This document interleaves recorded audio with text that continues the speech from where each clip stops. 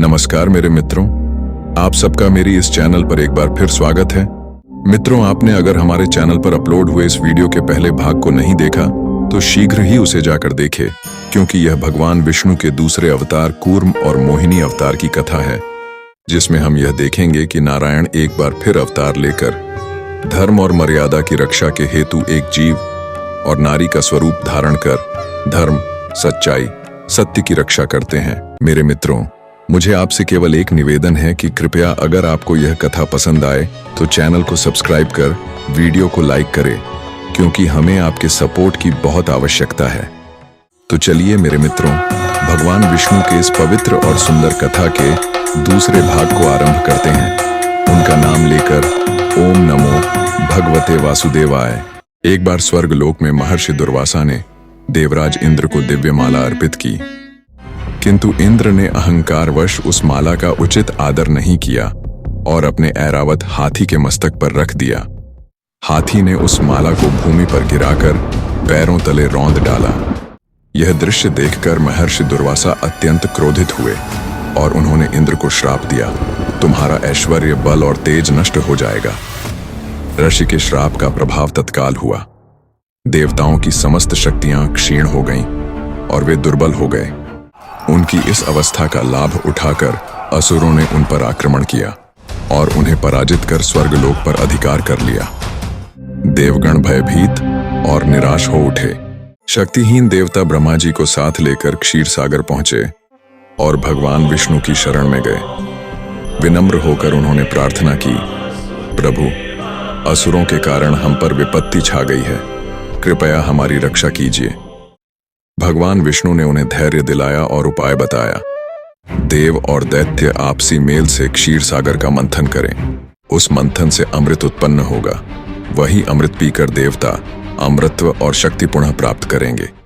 यह सुनकर देवगण प्रसन्न हुए। भगवान श्री हरि विष्णु जी ने समझाया कि मंदराचल पर्वत को मंथन दंड बनाना होगा और नागराज वासुकी रस्सी का कार्य करेंगे। सभी मिलकर समुद्र मंथन की तैयारी करने लगे। समुद्र मंथन आरंभ हुआ। देव और दैत्य दोनों ओर से खड़े होकर वासुकी नाग को पकड़ खींचने लगे। पर्वत को समुद्र में डालते ही वह गहराई में धंसने लगा।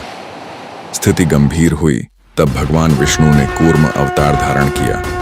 वे विराट कछुए के रूप में प्रकट हुए और क्षीर सागर में स्थित होकर अपनी विशाल पीठ पर मंदराचल पर्वत को धारण कर लिया। पर्वत उनकी पीठ पर स्थिर हो गया और मंथन सुचारू रूप से चलने लगा। देवताओं और दैत्यों के प्रयास से क्षीर सागर से अद्भुत वस्तुएं प्रकट होने लगीं। सबसे पहले हलाहल विष निकला, जिसकी ज्वाला से तीनों लोग संकट में पड़ गए। हलाहल विष का प्रभाव इतना भयानक था कि देव, दैत्य और समस्त प्राणी संकट में पड़ गए। सभी ने भगवान शिव का स्मरण किया। करुणामूर्ति शिव ने सभी की रक्षा के हेतु वह विष स्वयं ग्रहण कर लिया। माता पार्वती ने भी उसे कंठ से नीचे जाने से रोक दिया, जिससे भगवान शिव का कंठ नीलवर्ण का हो गया और वे नीलकंठ कहलाए। विष के शांत होने के बाद मंथन पुनः आरंभ हुआ। अब क्रमशः दिव्य रत्न, अप्सराएं, ऐरावत हाथी, कामधेनु गाय, पारिजात वृक्ष और चंद्रमा प्रकट हुए। अंत में देवगण की आशा का केंद्र अमृत कलश प्रकट हुआ। अमृत के दर्शन से असुरों में लोभ और उत्साह दोनों बढ़ गए। अमृत कलश को देखते ही दैत्यों ने बलपूर्वक उसे छीन लिया और देवगण निराश होकर पुनः भगवान श्री हरि विष्णु जी के शरण में पहुंचे। धर्म और सत्य की रक्षा हेतु भगवान ने एक अद्भुत योजना बनाई। वे मोहिनी अवतार में अवतरित हुए, एक अनुपम सौंदर्य और तेज से युक्त दिव्य स्त्री।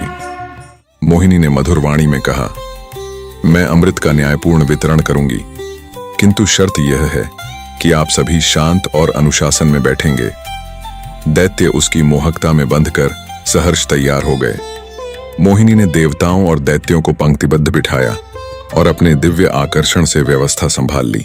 मोहिनी ने अपने अद्वितीय कौशल से पहले देवताओं को अमृत पिलाना आरंभ किया।